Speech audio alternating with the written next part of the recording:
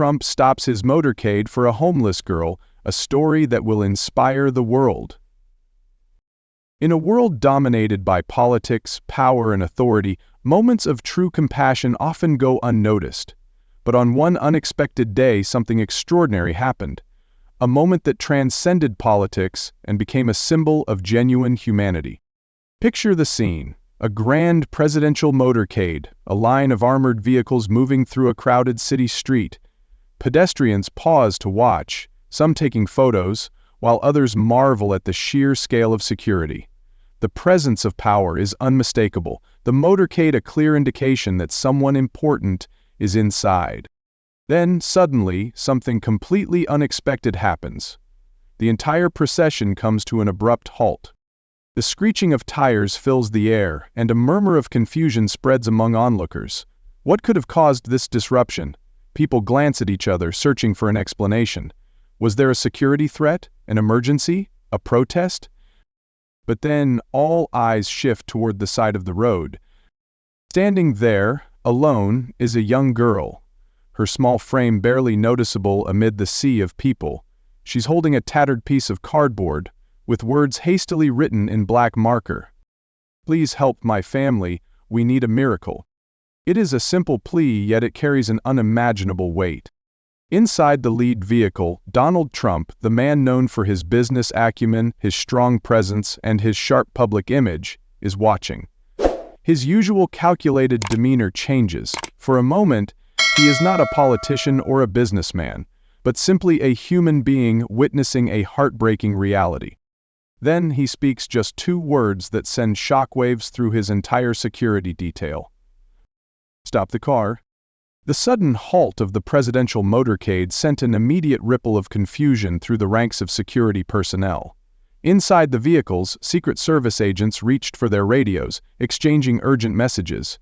Every second a motorcade remains stationary is a security risk, and stopping without warning, especially in an unsecured area, was a breach of every safety protocol in place. One of the lead security agents, adjusting his earpiece, turned to Trump. "Sir, we have to keep moving. This area is not secure." But Trump wasn't listening. His eyes remained locked on the young girl standing by the sidewalk. From the outside, she seemed fragile, just another child caught in the whirlwind of life's struggles. But to Trump, there was something different about her. She was not begging. She was not crying. Her face, though weary, was filled with determination, not desperation. Something inside him stirred. I said, "Stop the car." His voice was calm, but firm, leaving no room for debate. The entire motorcade came to a standstill. A hush fell over the onlookers, many of whom had pulled out their phones, capturing the unprecedented moment. Another security officer leaned in, voice low and insistent. "Sir, we strongly advise against this. We don't know who she is. We don't know if this is a setup." Trump's reply was immediate. "Then let's find out." Without hesitation, he reached for the door handle and stepped out of the vehicle. The crowd gasped. It wasn't every day that a world leader exited his armored vehicle in an uncontrolled environment. Cameras flashed, voices whispered, and the security team instantly flanked him, forming a tight protective barrier. Yet Trump remained focused on one thing, the girl and the sign she was holding. He walked toward her, his imposing figure looming over the small child, but instead of intimidation, he lowered himself, kneeling slightly so their eyes met. "What's your name?" he asked, his voice softer than usual. For the first time, the little girl's grip on her sign loosened slightly. She hesitated, blinking in surprise. The most powerful man in the country was speaking to her as if she were the only person in the world that mattered in that moment. "Lily," she whispered. Trump gave a small nod, his expression unreadable. "Lily, why are you here?" A brief silence followed. She glanced at the towering men in suits behind him, her small frame dwarfed by their presence. For a moment, it seemed like she might not answer. But then, in a quiet yet steady voice, she finally spoke. "My mom is sick. We don't have a home. My dad, he was a soldier. He never came back." A hush fell over the street. Even the Secret Service, trained to remain stoic in any situation, seemed momentarily still. No one had expected this. Trump's expression did not change, but something in his eyes did. Slowly he rose to his feet. His gaze drifted back toward his fleet of luxury vehicles, the wealth, the power surrounding him. Then, as if making an unshakable decision, he turned to his closest advisor and uttered a command that no one expected. "We're going to her home." As soon as Trump made his decision, the atmosphere within the motorcade shifted. Security agents exchanged tense glances. This was not part of any planned route, and stepping into an unfamiliar area, especially without prior clearance, was a serious risk. One of the lead security officers took a step forward. "Sir, we cannot ensure your safety if we deviate from the planned route." Trump turned to him, his voice unwavering. "If a little girl can stand here, alone, asking for help, then I can go where she's asking me to go." There was no further argument. With Lily now seated beside him in the limousine, the presidential motorcade changed direction, following her guidance. The bustling cityscape of wealth and grandeur quickly faded in the rearview mirror. The once polished streets gave way to cracked pavement. Billboards advertising luxury brands were replaced with weathered signs for discount stores and pawn shops.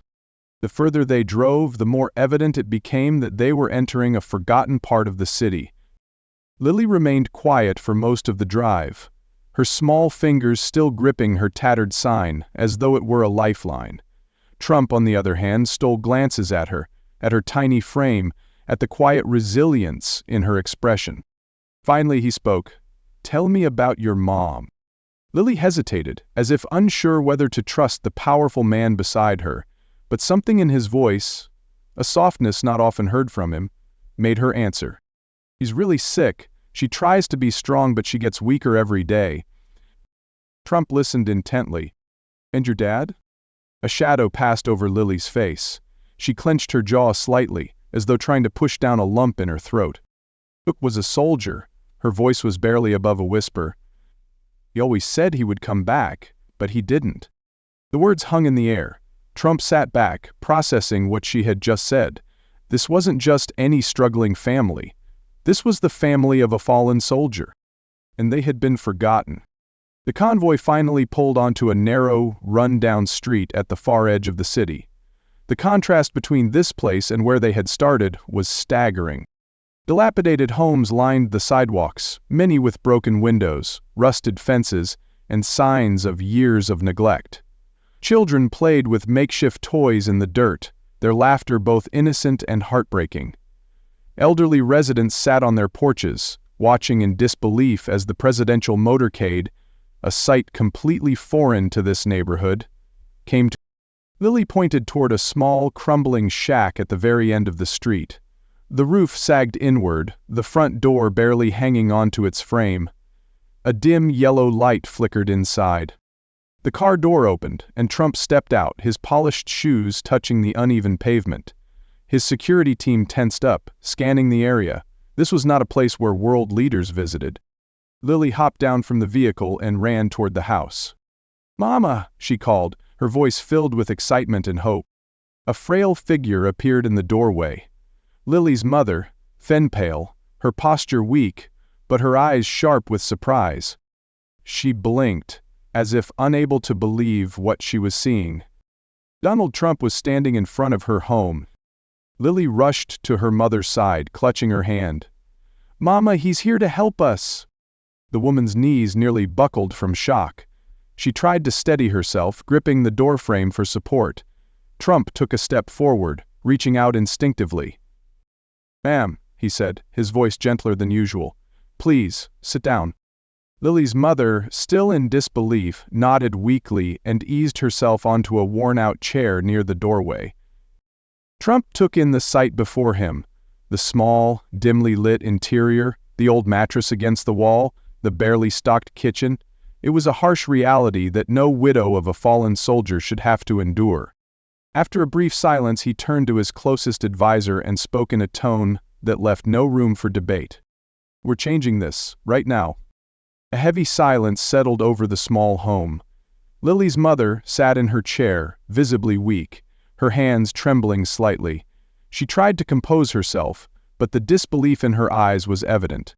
"Mr. Trump, Her voice cracked, unable to finish the sentence. Trump raised a hand slightly, as if to reassure her. "You don't have to say anything," he said. "Just tell me what you need." She hesitated, glancing down at her frail hands. I don't even know where to start." Trump looked around the small, broken-down room, the bare kitchen shelves, the worn-out blankets, the fading pictures of a man in military uniform hanging on the wall. A father, a soldier, a hero, gone. Yet his family had been left behind. His jaw tightened. He turned to one of his senior advisors. "Get them a home. Find the best doctors for her." His voice carried the weight of an executive order. "And I want a full report on how many more families like this are out there." The advisor hesitated. "Sir, this could take time." Trump's gaze sharpened. "Then don't waste any." Immediately, the team sprang into action. Calls were made, arrangements were set. Within hours, Lily and her mother were no longer alone. What had started as a spontaneous moment of compassion quickly became something bigger.